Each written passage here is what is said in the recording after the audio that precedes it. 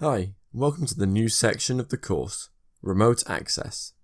In this section we will cover topics such as installing OpenSSH, using OpenSSH as a basic shell client, using OpenSSH to forward defined ports, using OpenSSH as a SOCKS proxy, using OpenVPN. So let's begin with the first video titled Installing OpenSSH. In this video, you'll first install SSH Server in Debian or Ubuntu, and then install Fedora, CentOS, and other Red Hat derivatives through sudo yum install OpenSSH Server. Our first option for remote access is the simplest, assuming that you just need to be able to remotely access a shell on your Linux system. All Linux distributions offer the ability to install a secure shell SSH server. The most common SSH server available is OpenSSH, which is distributed by the OpenBSD team.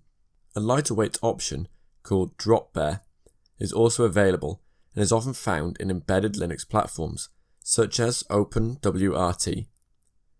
Nice, we saw a brief introduction, now we will see how to do it. Installing OpenSSH on a Linux system is very easy, but the specifics on how to do it will depend on the Linux distribution that you are using. Let's install SSH Server in Debian or Ubuntu with the commands here.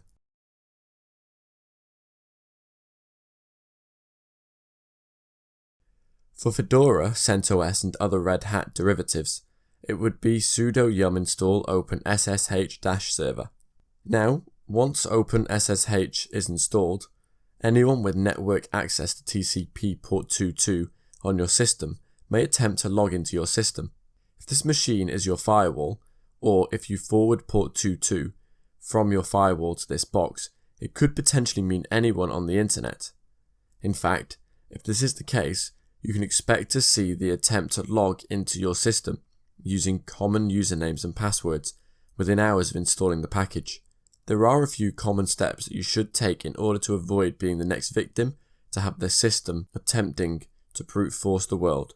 The steps are: use strong passwords. When you first installed your Linux distribution, did you use a trivial password like password, or any other dictionary words? Or worse, have no password at all? If this is the case, then you can expect to be exploited quickly. This also applies to system accounts that you may have created for a manually installed software package or web service. Restrict who can log in sshd_config, which is in the etc or etc ssh.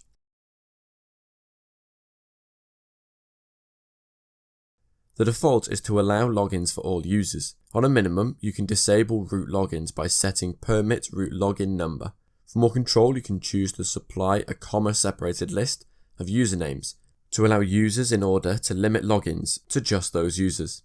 You may choose to additionally move SSH to a non-standard port using the port definition in sshd_config.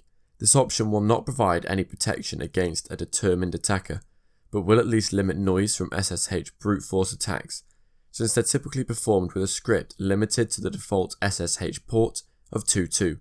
Another method to deal with bots is with using a tool that monitors failed logins and uses firewall rules to block access for repeat offenders. This will limit the scope of their attack attempts to a configurable number of login attempts. A few tools that implement this method are fail to ban and deny hosts. Finally, for a very high value system, you can consider using SSH keys rather than passwords for logins. This allows you to replace fairly weak passwords, passphrases, with SSH public keys using RSA, DSA, and ECDSA cryptography, which are not feasible to attack. Note that this would need to be used in conjunction with disabling password authentication in sshd_config, or it will not provide any additional security. Now let's see how it works. Once installed, OpenSSH listens on TCP port 22 and allow authenticated SSH clients to connect and perform a number of actions, including the following: obtain a shell, the most common usage, forwarding defined TCP ports from the client to the server or vice versa, including ports on remote systems, dynamically forwarding TCP ports by acting as a SOCKS proxy for any application that supports SOX 4 or SOX 5, forwarding X11 applications from the remote system to display on your local system. Copying files using SCP Secure Copy or SFTP Secure File Transfer Program. Note that SFTP is different than FTPS, which is the much older FTP protocol operating over SSL, acting as a Layer 2 or Layer 3 VPN.